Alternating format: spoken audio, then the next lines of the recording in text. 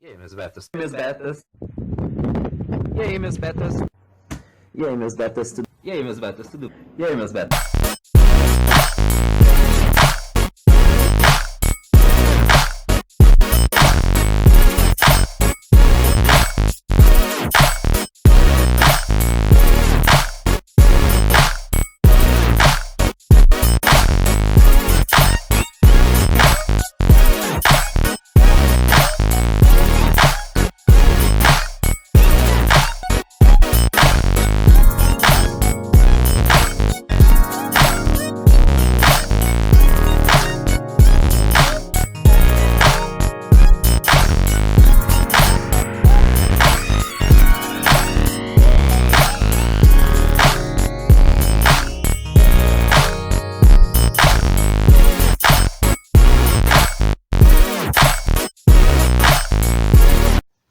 E aí, meus betas, tudo bem com vocês? Eu sou Scott Cooper, como vocês já sabem. E hoje eu vim trazer um videozinho um pouco diferente. Ele vai ser um vídeo que ele vai ser, teoricamente, separado em 4 episódios, né? Hoje é o primeiro episódio. E é onde eu leio diários antigos meus, né? Porque eu tenho aqui, esse é um, tem outro aqui. E o que acontece? Eu tô abrindo, eu tô procurando alguma coisa que eu consiga entender, porque antigamente minha letra era pior do que é hoje. Então vocês imaginam, se hoje já é ruim, imagina antes. E eu queria compartilhar esses meus pensamentos com vocês, porque ontem saiu o Padrinhando, episódio 1, Pato. E aí eu lembrei que na época que eu estava escrevendo parte dessas coisas, a Pato ia bastante em casa, porque foi a época que eu estava reformando a minha banda, né? A gente estava procurando outras pessoas e geralmente eu escrevia alguma música, eu mostrava para ela e procurava saber a opinião dela em relação àquela letra, para ver se eu melhorava alguma coisa, se acrescentava alguma coisa, se eu tirava alguma coisa. Então ela sempre foi meu ponto de paz ali. E aí, como até então iria acontecer uma cerimônia social do casamento, eu pensei em fazer uma série de vídeos para o Padrinhando. E também,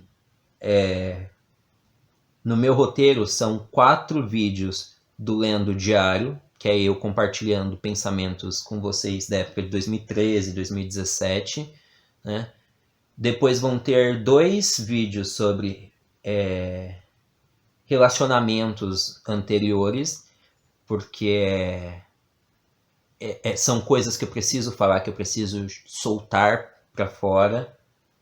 E depois tem um vídeo que vai ser uma carta que eu escrevi, que na verdade ele é um capítulo do meu livro novo, que é o Stay and Hold On, Cortes Profundos. Se eu lembrar, eu coloco a capa aqui, porque eu já divulguei nas redes sociais a capa oficial.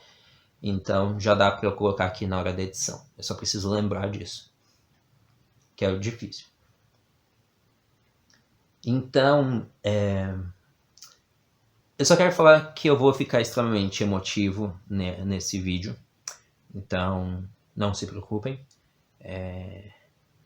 Relevem se eu sentir vontade de chorar, porque eu sei que a maioria das vezes que eu escrevia no diário eram momentos em que eu não estava me sentindo muito bem.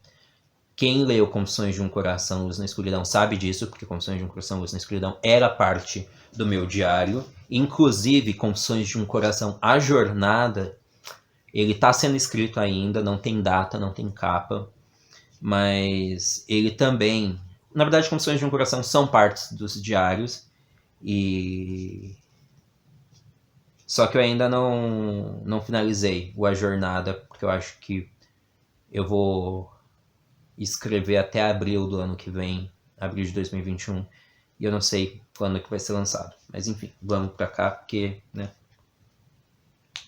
eu vou me segurar para não chorar, tá?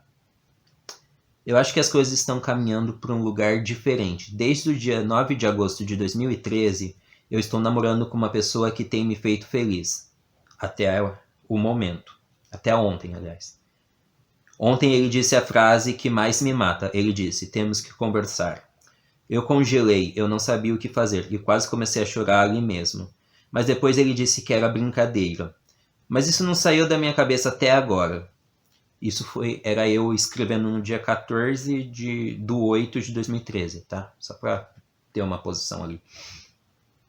Hoje mandei uma mensagem para ele respondeu depois de 2 horas, depois mandei mais 2 no decorrer da noite, e ele não respondeu nenhuma.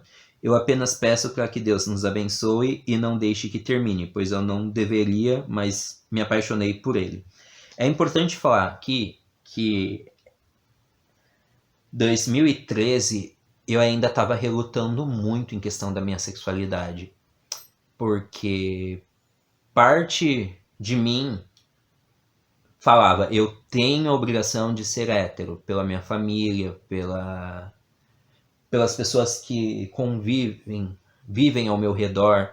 Eu já falei, quem me acompanha há mais tempo sabe que eu sou de família religiosa, tradicional, militar, mas eu também sou de uma família extremamente abençoada, que eu não preciso me preocupar em momento nenhum, né? A minha mãe é pastora e quando eu finalmente decidi chegar para ela e falar, olha, é o seguinte, eu tô gostando de um cara, eu estou conhecendo um cara, ela virou para mim e falou que ela queria a minha felicidade, independente de com quem fosse, porque ela já tinha me visto sofrer muito. Ela me ama, ela me amou, independente da religião dela, que é o que ela sempre fala. A religião dela abomina o pecado, mas ama o pecador. Entenda aqui que essa é uma posição do pensamento de uma pastora, de uma igreja evangélica, que é o que ela aprendeu lá, sabe? Mas mesmo assim, acima de tudo, ela aprendeu que Deus é amor, Cristo é amor, que ela deve amar o próximo independente de qualquer coisa. Ela não tem que amar o próximo só quando ele é assim ou assado. Então, continuando. Faltam cerca de 113 dias para o lançamento do CD How Could I Blame Her? E até agora não começamos a gravar. Esse era um projeto que eu estava trabalhando com a Thaís Carvalho. Só que ele nunca saiu do papel, infelizmente. Ele literalmente morreu ali. Estou ouvindo Backstreet Boys e olhando pro Pavarotti, passarinho amarelo, pensando aonde que está a pessoa que estou namorando agora. Antes de ontem eu vi uma mensagem da Clara, quase 1 ano depois que terminamos. Só agora que vi, isso me causou uma dor imensa. Eu lembro de tudo que passamos juntos, as filhas dela, eu preferia não ter de viver tudo isso. Esse negócio que era mais uma coisa. O que acontece? Eu estava em conflito com essa questão do meu lado. O meu lado que gosta de mulher, eu nunca tive conflito isso com nada, nunca. Mas eu tinha conflito com a parte que gostava de outros caras, né? Só que quando eu comecei a me relacionar com a Clara, essa parte do ter gostado de algum cara em algum momento da minha vida foi embora, desapareceu. Só que eu sempre fui muito sincero. Ela sabia que eu tinha sido estuprado por anos, ela sabia da minha história, porque eu sempre fui bem direto, né? Só que nós estávamos noivos, depois de muito tempo de relacionamento nós ficamos noivos. Só que aconteceram várias coisas, ela falou que ela não confiava em mim e tal. Ela terminou comigo por mensagem 4 dias antes da oficialização do pedido. Eu já estava montando o jantar e tudo mais, já estava planejando e tudo mais. Aí o que aconteceu? Ela terminou comigo, eu fui no dia seguinte com as alianças para mostrar para ela, para conversar. Ela falou que ela não confiava em mim, que ela não acreditava em mim e tal. A casa dela é de esquina. Eu virei pra ela e falei, você tem certeza disso? Porque se eu for embora agora eu não volto mais. Ela falou, vai. Aí a casa dela é aqui, na esquina. Eu virei a esquina pra ir ponto. Ela mandou mensagem se arrependendo, falando que era pra eu voltar pra conversar com ela. Só que eu ignorei a mensagem, porque eu sabia que se eu tivesse... Eu sei da mensagem porque eu li depois, mas eu sabia que se eu tivesse lido ali na hora, eu amava tanto a Clara que eu voltaria. Eu voltaria para conversar e eu acho que não seria legal, porque ela virar para mim e falar que não acredita em mim, não acredita no amor que eu sinto só porque no passado eu me apaixonei por algum cara ou fui estuprado por mais de um cara, sabe? Foi meio que bem pesado para mim. Eu fico voltando no tempo, os momentos de dor. Simplesmente me sufocam. Lembro quando fiquei 2 semanas sem comer nada, faltava de tudo em casa e eu disfarçava a fome bebendo água. Eu sempre tive que me mostrar forte, mas eu não tinha força. Junto com isso veio a depressão por causa do Brian estar internado e eu não poder fazer nada. Eu era pequeno, fraco e sem nenhuma ideia de como melhorar a minha vida. Eu era menor de idade, eu não conseguia trabalho nenhum. O único que consegui, o Brian já estava doente, mas eu já não podia fazer nada. Brian, para quem não sabe, é o meu filho biológico que faleceu 4 dias antes de fazer 1 ano. Eu imagino os dias de hoje, tantas crianças passando fome e milhares de pessoas apenas gastam o seu tempo reduzindo-se a bobagens. Nunca ajuda o próximo, parece que tem medo de sair da bolha de vidro e se tornar humano. Uma vez, o pai de um amigo me disse, eu não dou esmola para vagabundo, só não é rico quem não quer. Ele falou como se fosse fácil ficar rico, aquilo me magoou, eu nunca mais voltei naquela casa, até hoje passo longe dela, tudo para não vê-lo. E de fato, até hoje, 2020, eu não chego perto mesmo da casa deles. Tenho desejo? Tenho, mas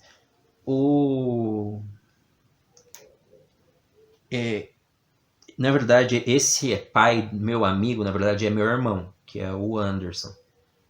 E só que na época me chateou, eu não tinha, só quero dizer que 2013 foi há 7 anos atrás, eu tinha 20 anos, eu estava passando necessidade, então aquilo foi meio que uma afronta para mim, como se ser pobre fosse uma escolha minha, fosse, sabe, quando eu estava me esforçando para fazer alguma coisa, me esforçando para, né? Aliás, não foi nem, foi em 2000, essa cena foi em 2010, porque eu estava no ensino médio, ou seja, eu estava com 17 anos. 17 para 20 anos foi fase extremamente difícil. E eu lembro que teve uma época que eu estava morando com esse meu irmão, né? Que é meu irmão de coração. E sei lá, eu fiquei muito emotivo, peguei muito mal, fiquei muito chateado quando eu ouvi aquilo. Ó.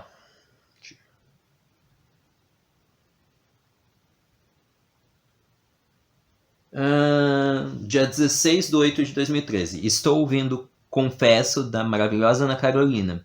Eu falei com uma pessoa, cumprimentei outra, estou no trabalho, eu estou congelando de frio, estou perto do banhado, ou seja, frio triplo. Saí até fumaça quando eu respiro. Incrível como ninguém respeita mais ninguém. O que mais falta? Vender a mãe? Nessa época eu trabalhava no Gutenberg. E o que acontece? O Gutenberg tem vários banheiros. E eu ficava cuidando do banheiro masculino da parte de baixo, da área dos fumantes. Que é a área também que dava a porta pro camarim. Inclusive eu conheci o Thales por causa disso, conheci o Fernando e o Fabiano por causa disso. Tem até foto com eles. Eu assistia, eu tinha autorização para assistir o ensaio deles, eu conversava de boas com eles, então foi uma coisa bem legal, mas as pessoas lá, por ser um bar de pessoas com poder aquisitivo um pouco maior, eles me humilhavam demais, porque era um moleque que tava lá lavando o banheiro, né? E era complicado, eu já vi cena de gente pegando e tirando o pênis e querendo mostrar pra mim, pra me reduzir, mas não mostrar de tipo, olha o tamanho, tipo, como se quisesse mijar em mim, entendeu? Pra me reduzir. Eu ouvi vários comentários, eu ouvi vários xingamentos lá, e eu fiquei de boas na minha. E vale a pena lembrar que todas as vezes que eu fui pro Guten, em momento nenhum eu me efeminei, vamos dizer, eu me afeminei durante o momento que eu estava trabalhando lá. Até porque essa era uma época que eu tinha problema com a ideia de me afeminar. Apesar de eu ser uma pessoa não binária e me identificar com os dois gêneros, eu sempre senti uma necessidade de ter uma expressão de gênero masculina, 100% masculina, né? Porque é o que a sociedade queria. Então não tinha como virar e falar, olha, eu deixei claro que eu era LGBT e aí é um cara viado que tá dentro do banheiro dos homens e aí, eu vou ver o pinto dos caras. Não, não é assim. Então, todas as vezes que eles faziam isso, eu saía do banheiro e aí quando não tinha ninguém, eu ia fazer a limpeza, eu ia arrumar o que eu tinha que arrumar. Mas foi uma temporada que eu me senti muito humilhado, eu me senti muito mal, eu me senti destruído. E aí, na época, eu fazia estágio na prefeitura, então eu ia pro estágio de manhã, aí eu saía do estágio, ia pra faculdade, assim, eu trabalhava de quinta pra sexta e sábado pra domingo. Então, de quinta pra sexta, o que acontece? Na verdade, de quarta pra quinta. Eu pegava na quarta, eu ia trabalhar na prefeitura, aí eu saía da prefeitura, né, quinta mesmo. Quinta-feira. Eu ia trabalhar na prefeitura, saía da prefeitura, eu ia pra faculdade, aí eu saía da faculdade, eu ia direto pro Guten. Aí eu saía do Guten na sexta de manhã e ia direto pra prefeitura, pra trabalhar direto na prefeitura. A sorte é que eu não tinha aula na sexta. Então depois que eu saía do estágio, eu ia pra casa. Aí eu ia descansar. E no sábado eu era mais suave, porque aí eu chegava lá à noite, fazia o que tinha que fazer e tinha o domingo pra descansar, pra na segunda voltar toda a rotina de novo. Então, tava muito cansativo, só que naquela época eu sentia a necessidade de parte dali, né? Eu me esforçava, tanto é que quando eu precisei sair, em 2014, quando eu entrei no ano de TCC, o dono do Guten não queria que eu saísse de lá. Qualquer pessoa que tentasse colocar no meu lugar, ele implicava, porque eu deixava tudo certinho, né? Eu dava o meu melhor. Mas enfim, é isso. Eu vou continuar no próximo episódio. Pode ser, eu tô até pensando em talvez, depois que acabar toda essa série, aí pro ano que vem, ler, ou em dezembro lançar vídeos extras com outros episódios, não ser só 4, mas ter vários, e trazer também diários mais atuais, não só os antigos. Me fala aqui nos comentários se vocês querem que eu leia parte dos meus diários mais atuais, que aí vocês vão conhecer um pouco mais do que está acontecendo na vida, tanto do Scott Peixoto, ser humano, quanto do Scott Gobet, artista, tá? Um beijo e até breve.